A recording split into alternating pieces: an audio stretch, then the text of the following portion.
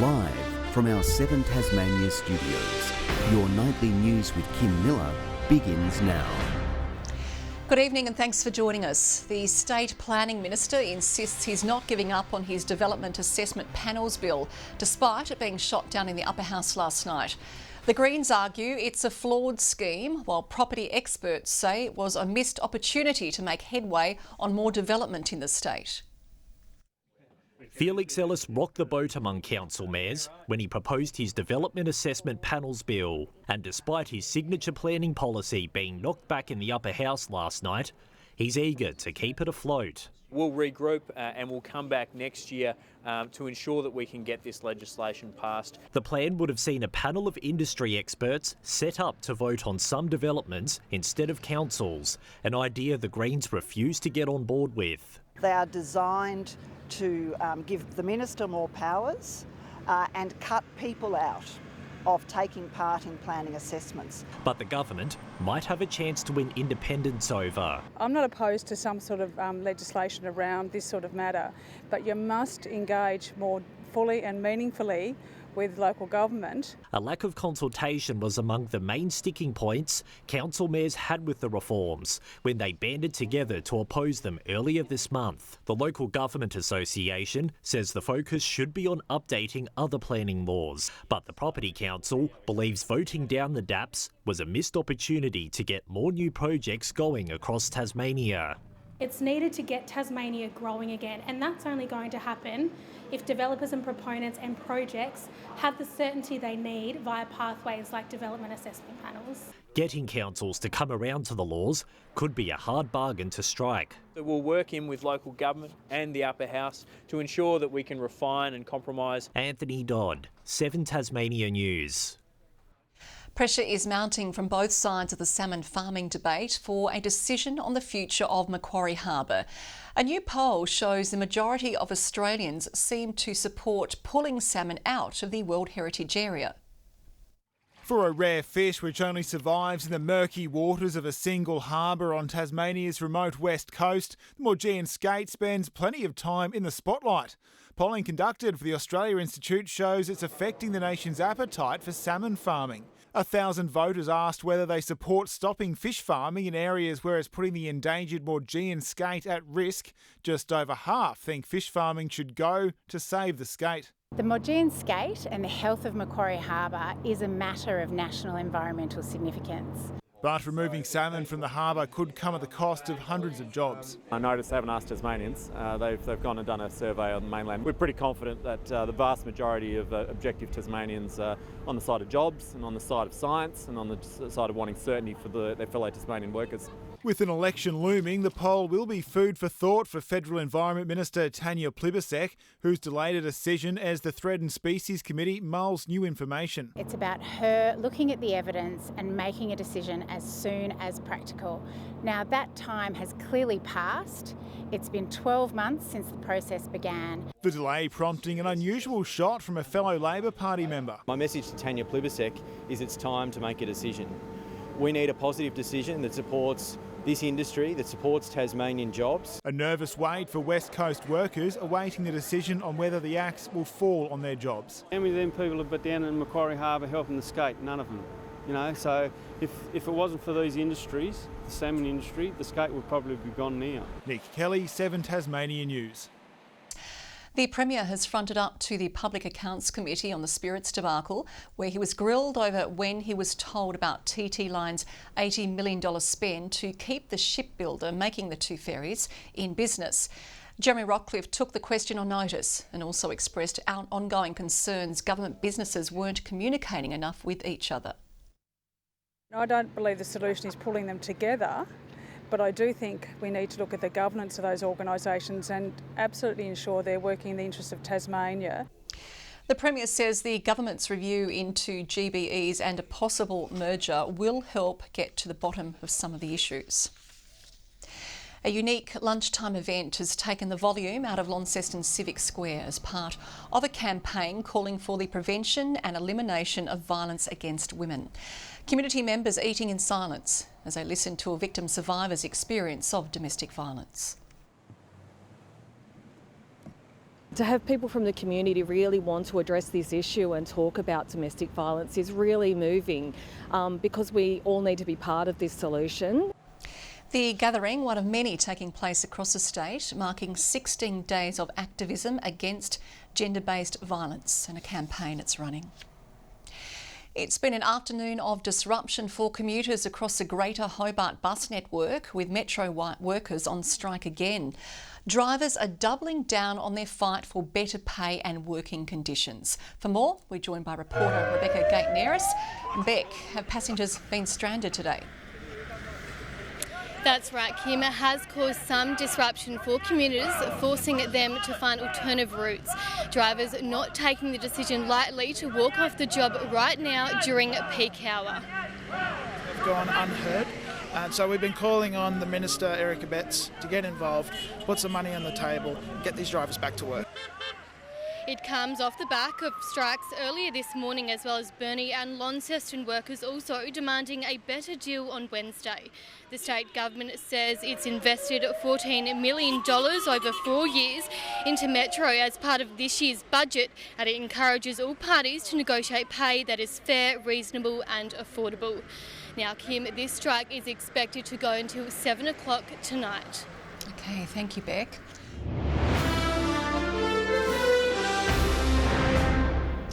Rebecca White has paid tribute to her staff and colleagues in what's expected to be her last speech in Tasmanian Parliament. The former state Labor leader reflected on her years as a state MP after she was recently pre-selected to contest the federal seat of Lyons in next year's national election. White credited her rural upbringing for her resilience throughout her political career. You have to find a way to get the work done because your family depends on it. And that's why country people are so tough. And that's why I don't give up. Her biggest threat will be Liberal candidate Susie Bauer, who has been campaigning in the electorate in recent years. Nearly 22,000 hours. That's the time Surf Lifesaver Tasmania volunteers dedicate to patrolling Tasmania's popular coastal spots. They're getting ready for another busy season, urging swimmers to take more responsibility for their own safety. It wasn't the most ideal weather for a beach day, but it's still a symbolic start to the season.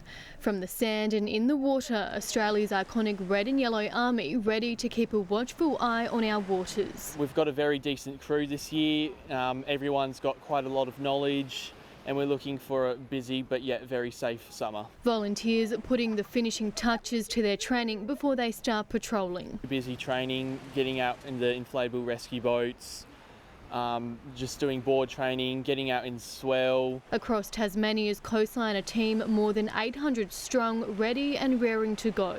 They're patrolling either on our beaches, on our offshore rescue boats, providing and looking after people in, on and around the water. Newcomers and long-standing volunteers gearing up for the season. We've got a number that are celebrating well over 50 years of continued service. Over 80 rescues were undertaken last season, coastal drowning across Tasmania up 233% from the previous year, with 10 lives lost, 20% of those due to rip currents. Unfortunately, they were all outside of patrolled beaches, prompting swimmers to stay between the flags. If you're not within the flags, we're not actively patrolling that area, which means if something does happen, that there might be a delayed response to getting to you. We know we've got some of the best beaches in the world, there's no doubt about that, but the key concern is that people are out there and they're doing it safely. Tasmanians eager to jump on board and help the community can still join the ranks.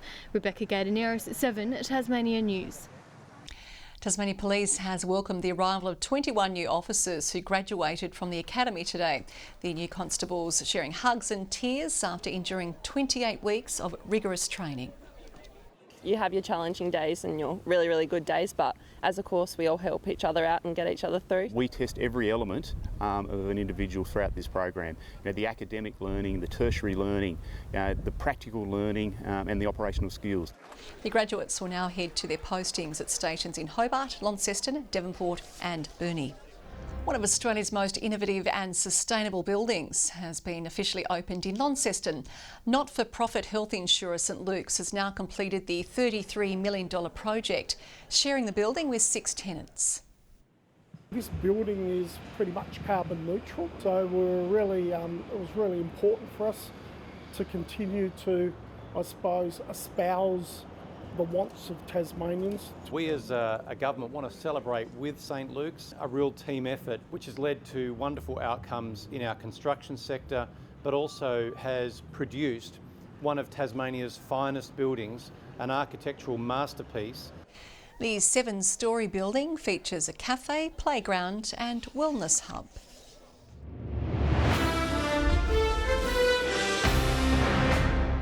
The countdown is on to the Tassie Tigers women's first finals game in 44 years. The drought breaking tomorrow in a historic showdown against Perth. All eyes will be on Hobart this weekend, teams arriving from around the country for the Hockey One Decider series. It's been a long time waiting for the Tigers, with their skipper soaking in all the excitement. It's a big moment for us. Haven't made finals for quite a few years now, so yeah, definitely looking forward to the opportunity. The side hoping to take full advantage of a home crowd. Having all our friends and family will definitely be really exciting. It's almost an extra number on the fields. A win tomorrow, no easy feat, with the unbeaten Perth Thundersticks standing in the way of a historic victory. It's never an easier game against Tassie. They've always got the skill, they've got the knowledge, they've got the tactics. In the other final, it'll be a chance to defend the title for the Brisbane Blaze, who aren't concerned after the punters labelled them the underdogs. Underestimate us, think that we're not going to be good enough, and we'll prove you wrong. In the men's, and it's Canberra looking to continue their impressive form after winning the 2023 comp. People are looking at us to go forward and win the thing, and it would be fantastic. But just to go out there and play and have fun and enjoy, and if we do that, I think the result will speak for itself. A couple of Kookaburras will be back on the field for Melbourne and Perth, including Olympian Nathan Ephraim's. You know, Nathan's obviously an Olympian, he's been playing in Europe past couple of months, so yeah, obviously adds a lot of confidence to the group and a lot of experience. Neffy, we know he's a really good player, but there's lots of standout players. Our focus is more on what we can do and how we can best perform consistently and execute our game plans. All fighting for a spot in Sunday's grand finals. Lily Thompson, 7 Tasmania News. Tightening the offensive end is the order from the Jack Jumpers coach when they take to the court in Adelaide tomorrow night. The team staying wary of the home side despite the 36ers not having MVB prospect Montrez Harrell after he copped a 3-game ban following an altercation with a fan. It looks a bit different, but they've got great players across the board, so I'm sure they'll have people step into those shoes. Yeah, it actually makes it a little bit more difficult because there's got to be about the same amount of possession. So somebody's got to have the ball in their hands. DJ's got to have the ball a little bit more. Isaac Humphries will have the ball a little bit more. Last time the two met, the Jack Jumpers finished 4 points short. Former Premier Peter Gutwein will lead the NTFA into the new post-TSL era, taking over the reins as league president. The Scottsdale Football Club patron replaces Damien Rind in the role, although the move still needs to be ratified at the upcoming AGM. Well, for a small-town bowls club, Port Sorell punches well above its weight. Home to 3 of the state's best up-and-comers, next week they're the only Tassie team heading to a national competition. After a commanding year on the green, Port Sorell's Amity Bickley is on top of the world. This week crowned Bowls Australia's Under-18 Player of the Year. It's an honour. I wasn't really expecting it, that's for sure. She's in good company at the Sharks, rolling alongside the reigning and previous Tasmanian Bowlers of the Year. This weekend, the trio head to Victoria as the only Tassie team to compete in the Ultimate Bowls Championship. I don't like to think about it too much. You just take it as another event, sort of just relax, and we know we can all bowl, so just go out there and do our best. Aged 18 to 20, they're the youngest in the comp. It'll be Cody and Amity's second time competing there. Mostly older than us. There's not too many people that play that are our age, but we're playing against all the best in Australia and across the world. I think for the experience we can definitely do better this year. The young guns have the trophy in their sights, confident they make the perfect team. I think we work pretty well together and I think we should do pretty good. The boys play more of a back-end role, they have better weighted shots and stuff like that, and I just kind of lead it up and set them for a good end. Good luck to them, Kim. That's tonight in sport. OK, thanks very much, Nick. Well, Peter Murphy will join us after the break with the weather forecast.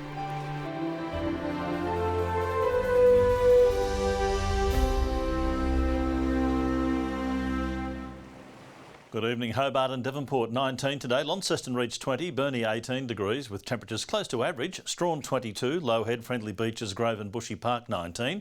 Flinders Island and St Helens 17 and Lyawini a high of 13. Cloudy still around the state today, but the rainfall totals did dry up a little bit after Glengarry recorded 52 millimetres in the 24 hours to 9 a.m. Not much since. All that cloud over New South Wales, Queensland and the top end remains in play. Another band of cloud off the WA coast. Tomorrow the high drops to the south as troughs gather directly to our north. Winds from an easterly direction and up to around 30 knots and to 15 knots over the lakes. Very strong winds indeed over the north. A severe weather warning for heavy rainfall and damaging winds for parts of the north and east tomorrow evening. A strong wind warning from Sandy Cape to Tasman Island and from southeast Cape to Low Rocky Point. An initial flood watch for rivers in the northern half of the state, the southeast and the Derwent, and a warning to sheep graziers for the Furneaux and King Islands, the northwest, northeast and east coast. So a bit of weather on the way. 19 and rain increasing over Hobart, Medina the same and 17 the top for Oatlands. Launceston tomorrow a top of 23, some heavy falls, same for Devonport but 21 the top and 17 for Lyawini. Burnie doesn't miss, some heavy falls as well, 19 the high, 24 for Strawn. Marrawar 19 degrees, St Helens tomorrow still some rain, heavy falls there, 17 for Swansea and 16 for Orford. On Sunday early heavy falls over the east, easing, however showers for the rest of Tasmania. Partly cloudy over the east and south, a few showers over the north and west on Monday and an 80% chance of showers for nearly all of us on Tuesday. Sunny and 30 in Perth, a shower over Adelaide, rain and 22 for Melbourne and rain on the way also for Sydney and Brisbane. Partly cloudy and 14 in Hobart right now, 17 in Launceston, cloudy in Devonport and currently 16. Kim, I don't think we'll need the sunglasses tomorrow. Doesn't sound like a wild weekend. Thank you very much, Murph. Have a good one. That is all your news for now. Thanks for your company tonight. Good night, everyone.